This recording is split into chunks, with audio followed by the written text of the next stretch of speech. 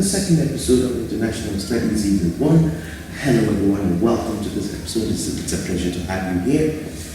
This is the continent, this is the show in which we learn about how the world was, how it works today, and how it might work in the future.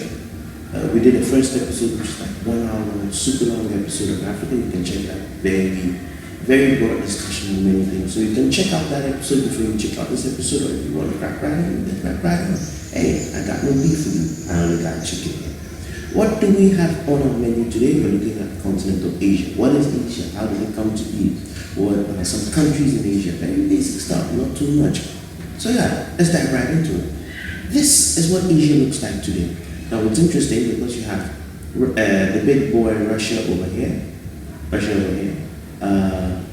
Russia actually is in 2 continents. Those of you who checked out who might have seen the first episode of International Studies would know that Russia is a country in Europe.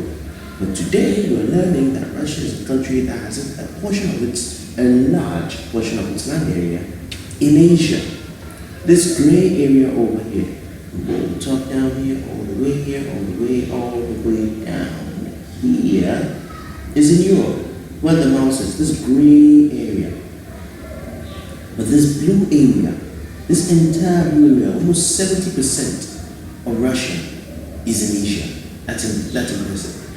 So we have other notable countries here, like where all your goods are made from. Let's say with me, China. I wish I could do a Donald Trump impression. China, yeah, that's it. China, in China. Oh, don't mind, just forcing it. We have China here, we have North and South Korea here.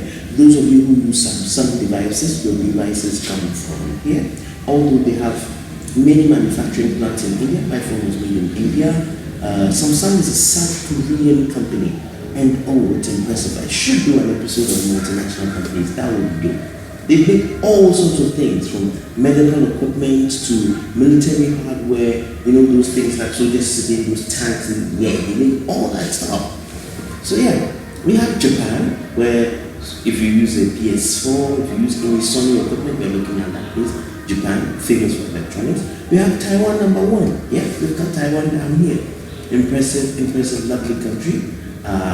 We have India, the subcontinent of India, very large. This place has like 1 billion plus people. This other place is like 1.45 billion plus people. I can't wait for us to get to fast facts to see just how many people are over here. Okay, so we have Saudi Arabia down here too. Saudi Arabia is famous for oil. They have a lot of it and they make so much money off it. So yeah, we have Iran, we have the country which has the name of an animal, Turkey. We have Syria, which is currently at war. We have Iraq, which is a bit unstable. We have Afghanistan here, which since I think since the 80s hasn't quite been stable. It's a long story I can't get into today. Who else are we looking at down here? We had Myanmar, Burma. Those of you who have been monitoring the news this week, you will know that Myanmar just suffered a military coup. A military coup is a situation in which the military decides, or people in the military decide that they are better off. It's better for them to rule the country than the people who were elected by the people.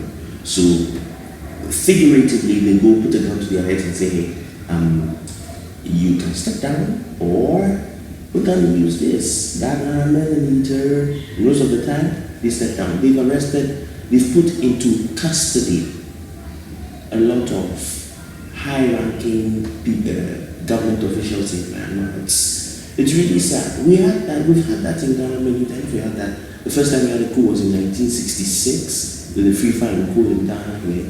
Then we had one in 1972 when they got rid of Busia and Zilk. Then another one, I think we had one, in 79. Yeah, we had 79.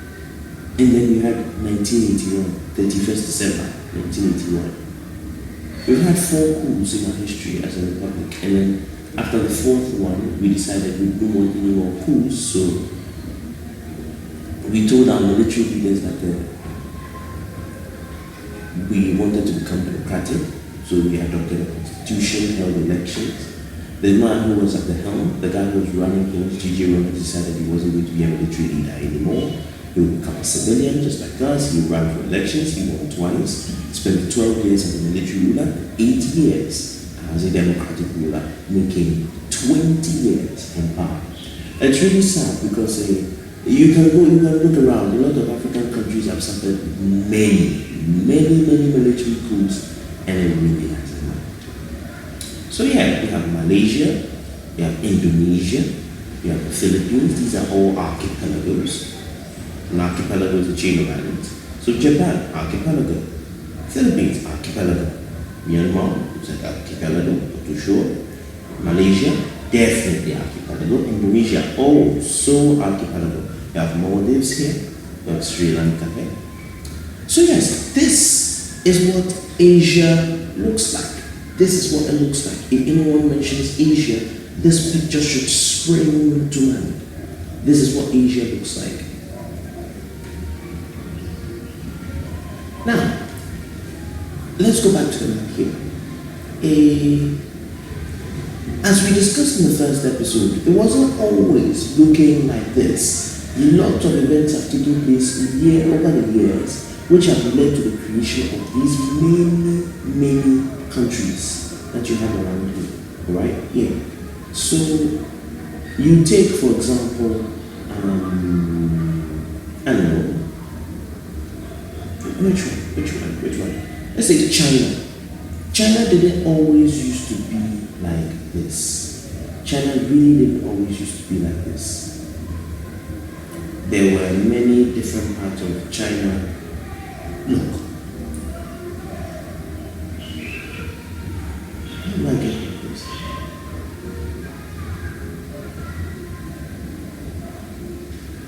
So, just like in Africa, we had empires.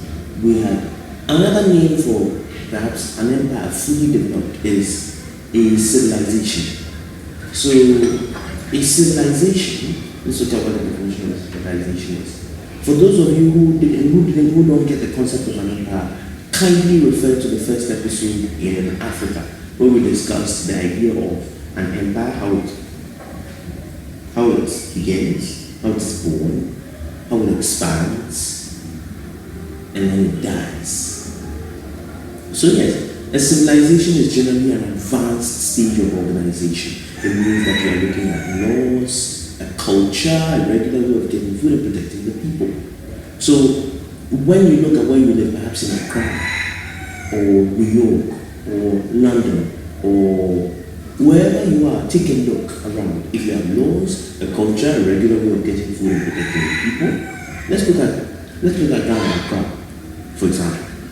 We have laws in Accra, we have a culture, we have a way we do things, we have a regular way of getting food, we have the food supply, we have farmers, there's a way we transport the food from one place to another, there's a market system where you go and buy the food and you eat. So typically you don't have to spend the whole day trying to get food. And that's the thing about the civilization. If there's no civilization, everyone has to try to get the food themselves. And typically that would mean that you you wake up in the morning, you spend long hours on the farm to get some food, you get some food, you come home, you eat, and that's pretty much it. Because you spend an inordinate and a terrific amount of time just looking for and getting food.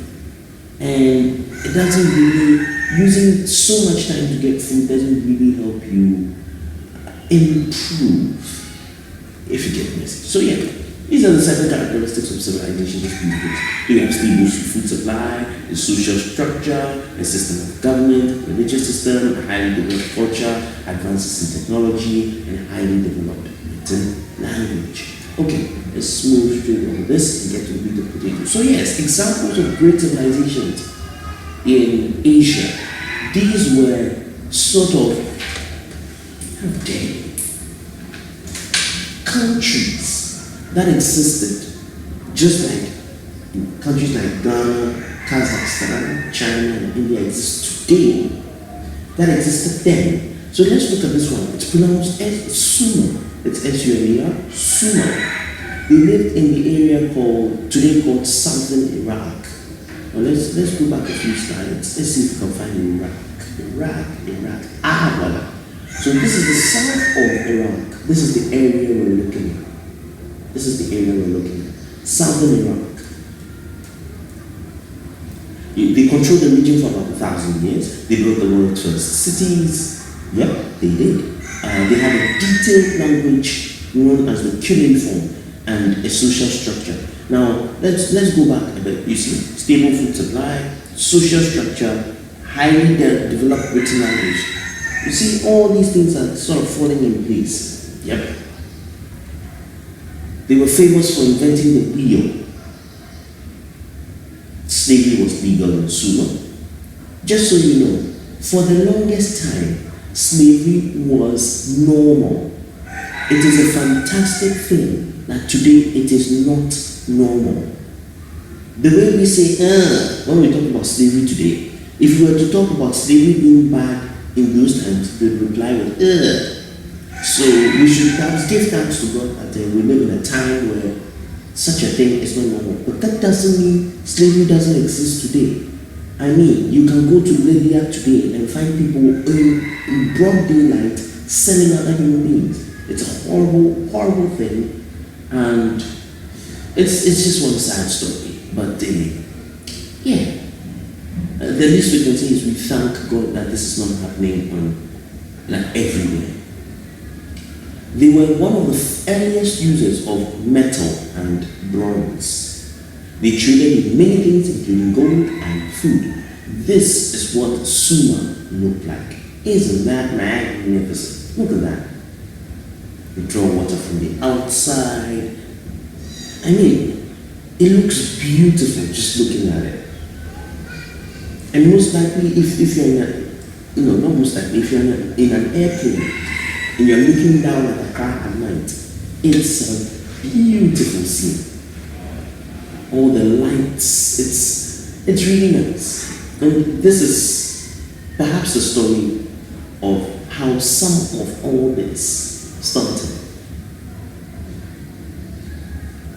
So this is the area that the Sumerians control.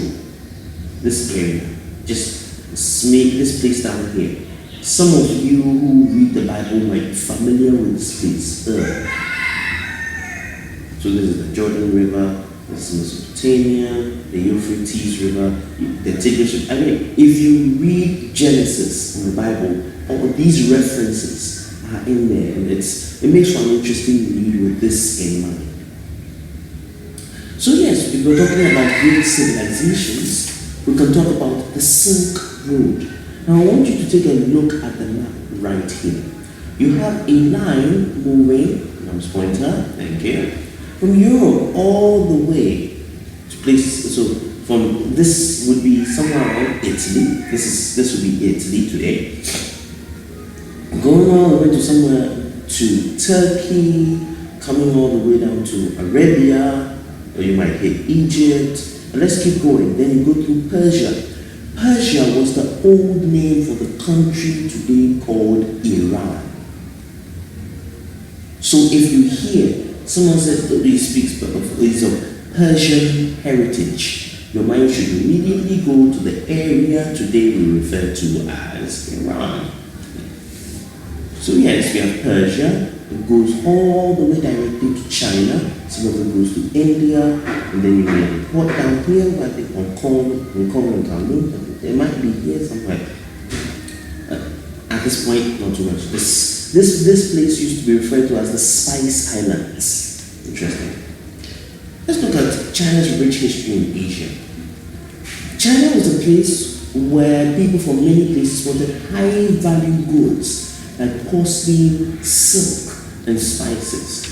According to worldatlas.com, quote, the Chinese people told the world that a unique tree produced silk. The rumors believed it for centuries until the Byzantines came to know that it was made by silkworms and managed to smuggle some of the silkworms out of China in the 6th century. The prosperous Byzantine silk trade was flourishing for 5 centuries before it lost its vast empire to the Turks in the 11th century AD. After the fall of Constantinople, the last vestige of the Byzantine Empire, the Ottomans closed the Silk Road in 1453, cutting off all ties to the West. The Silk Road, this photo you see right here, shows you the roads that people took to get to China to get those high-value goods. Now, unfortunately, due to the way the stuff is set up, and if you want to see what porcelain looks like, the spelling is Porcelain. Yeah, that's porcelain. Google it and check it out. And you might hear they might refer to that same thing as China, fine China. So Google and check it out. It's really pretty and it's delicate work. It takes a lot of skill to come up with creations that are beautiful. Also here, there was a lot of tea. There were many things that people in Europe wanted which were in China. And they journeyed back for years and years and years and years. Sometimes a trip in and out might take 2 to 5 years, in and out. And people who would make these trips would get all these goods, take them back, and when they went back to Europe, they were fabulously rich because these goods were expensive. Not expensive, expensive. We're talking the amount, we are looking at something around the amount that football is to be paid. Expensive. We are looking at the ultra rich royalty, people who are working for kings and queens. They would want stuff like this. It's not for the average Joe, I'm sorry, not for the hoi polloi, not for the plebs, no. So yes, particularly one thing that people wanted from China was silk. Silk is this material, or is this textile used to make clothes, and it really has a very soft feel. It's very unique, and people in Europe wanted it, and the people in China had it. So they had to journey across. The Byzantines were close to the Romans, somewhere around here, if my geography is really not tagging stuff. So yes, people would travel all the way here, come, get stuff, and take them back. And that was because, as we read over here, the Chinese told them that they had the tree that produced the silk, and people believed it for centuries until other people came to find out that was a lie, and managed to make their own silk close to Europe. Now, imagine somebody it takes someone 5 years to get one good. You find out the secret of the thing, and you're able to make it in 3 months, and you sell it for cheaper. All of a sudden, everyone wants to buy them. Look at iPhones. Look at Galaxy tablets, Galaxy phones, for example. And so, when the Byzantines, those people living next to the Romans, found out that they could make their own silk, for 500 years they made a lot of money out of it. Before the Turks came and conquered them 500 years later, and when they lost their capital, Constantinople, the Ottomans closed the Turks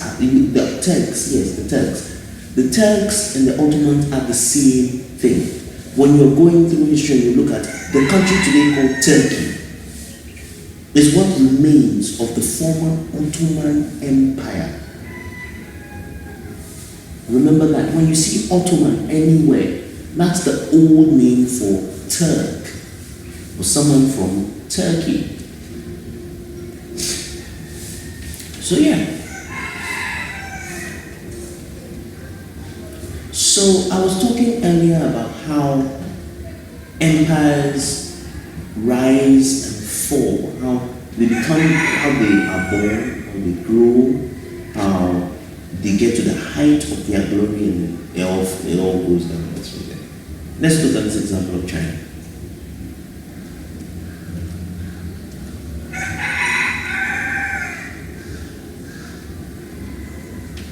Just take a look at what is happening with the map right here.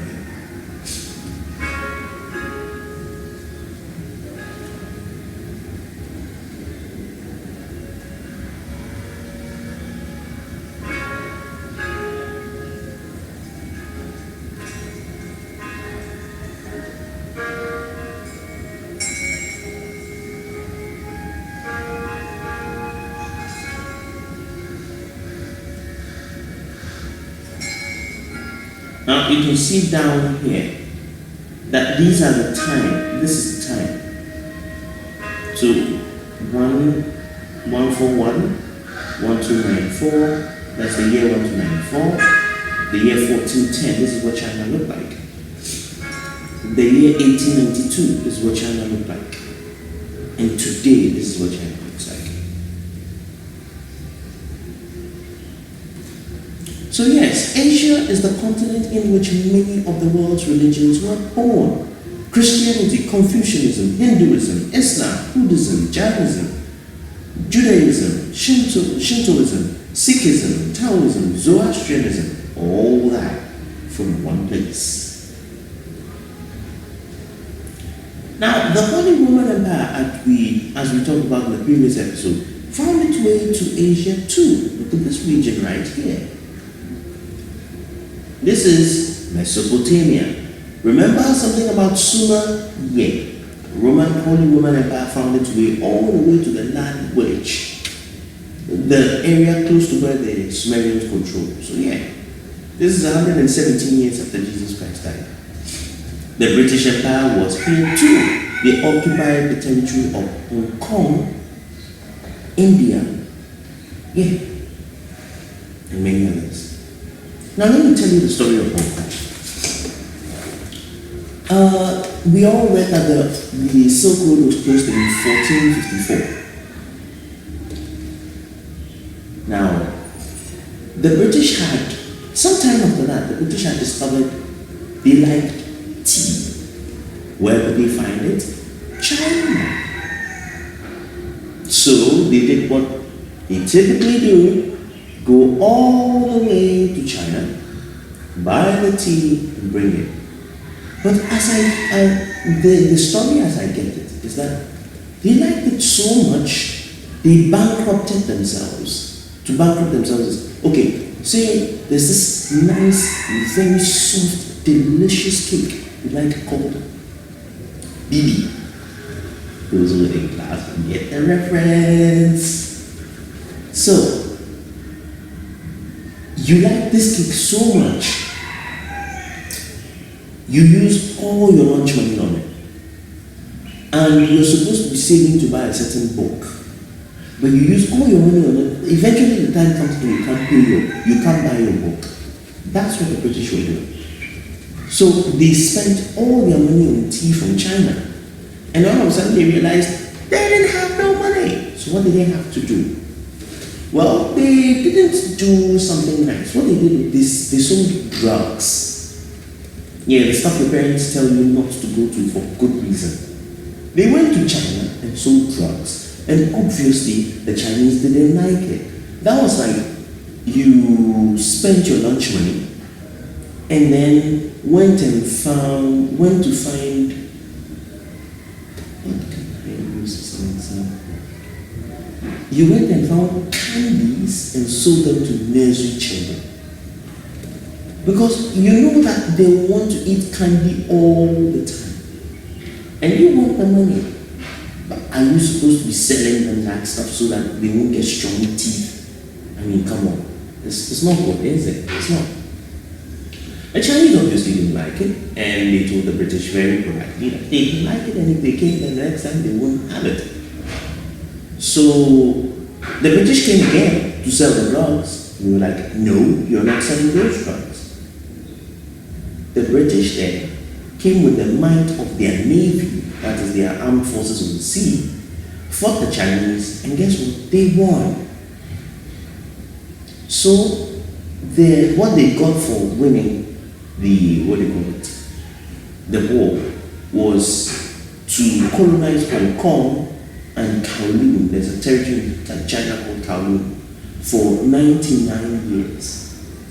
Those 99 years ended in 1997. So they had to give Hong Kong back to China.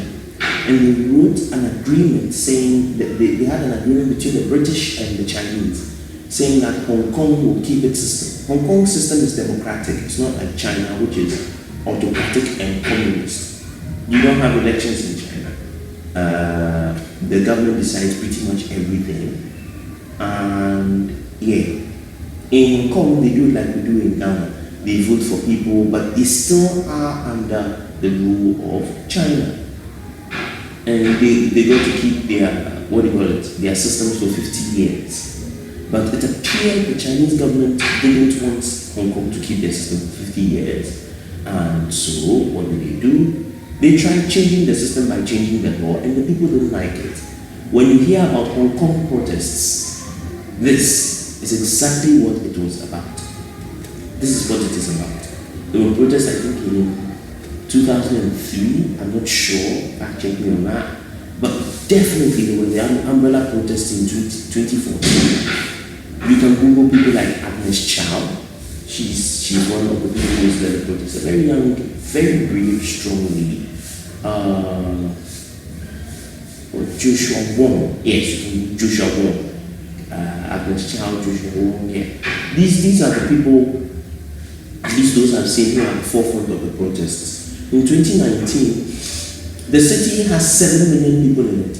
Apparently 2 million people came out to tell Beijing that they didn't like what they were doing, trying to change the law so that China had enough control over the systems of Hong Kong, which the control China has is not the kind of control that the people of Hong Kong like.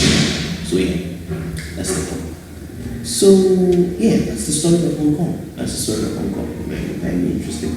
So yes, they were in India too. After World War II, India got its act together and became independent. So yeah. So many countries in what are we looking at? And in Asia were formed just like in Africa, some through independence, some through war, brutal war. Others through the world wars, others things that happened after the world wars. So yeah, if we look at the country like Japan, you look at all these colors over there. Now,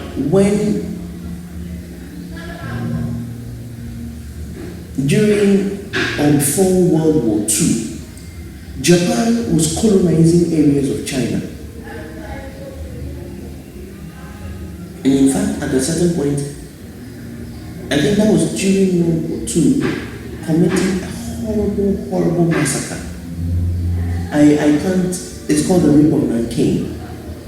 It's not fun stuff. We did horrible things there. At a certain point in time, they controlled Korea, the country today that gives you some stuff. They controlled Taiwan at a certain point in time. Hey, where are you going? Get back here. They controlled areas of China. They controlled areas of Burma, today Myanmar, Thailand. They controlled some areas of Vietnam. All the way down here, all these colored places you see, they used to control them.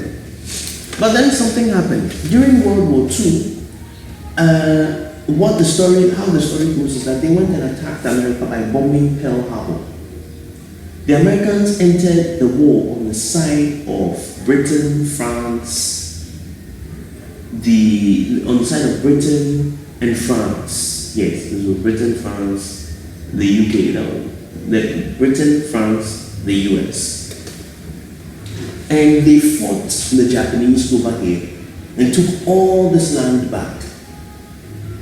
Then on the 6th and 9th of August 1945, they dropped 2 atomic bombs in Japan. And that ended the war.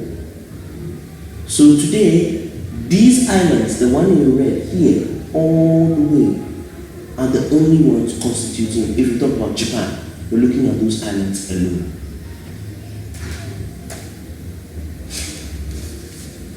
Now, Japan isn't the only country to have gone through changes after world wars. As we discussed in the previous episode, same happened with Russia. I don't know. Yes. Korea suffered pretty much the same thing, but in a more brutal manner. When World War II ended, the Russians who were communists, the Soviets at the time, who were communists, supported North Korea. The Americans, who were capitalists, supported South Korea. And for those of you who aren't versed in this communist capitalist thing, let's just put it at Team Red and Team Blue, okay? Just for now. I'll take my after we do the continent series. The next series we're going to do is on political ideologies. What is communism? What is capitalism? What is anarchism? Just take them and boil them down to their most basic elements. Alright? Don't kill yourself with this. So what happened? Yes. When World War II ended, Team Blue, America and Co. supported this end. Team Red, Russia and Soviet Union supported this end. Now, the way the story is told is that these guys here with Team Red were given a lot of weapons. And when the Americans were leaving this place, they didn't leave behind a lot of weapons. So these guys saw an opportunity to make this place, hey, where are you going? Theirs. And what did they do? They came and conquered territory all the way down here. The Americans got involved and they beat them back all the way here.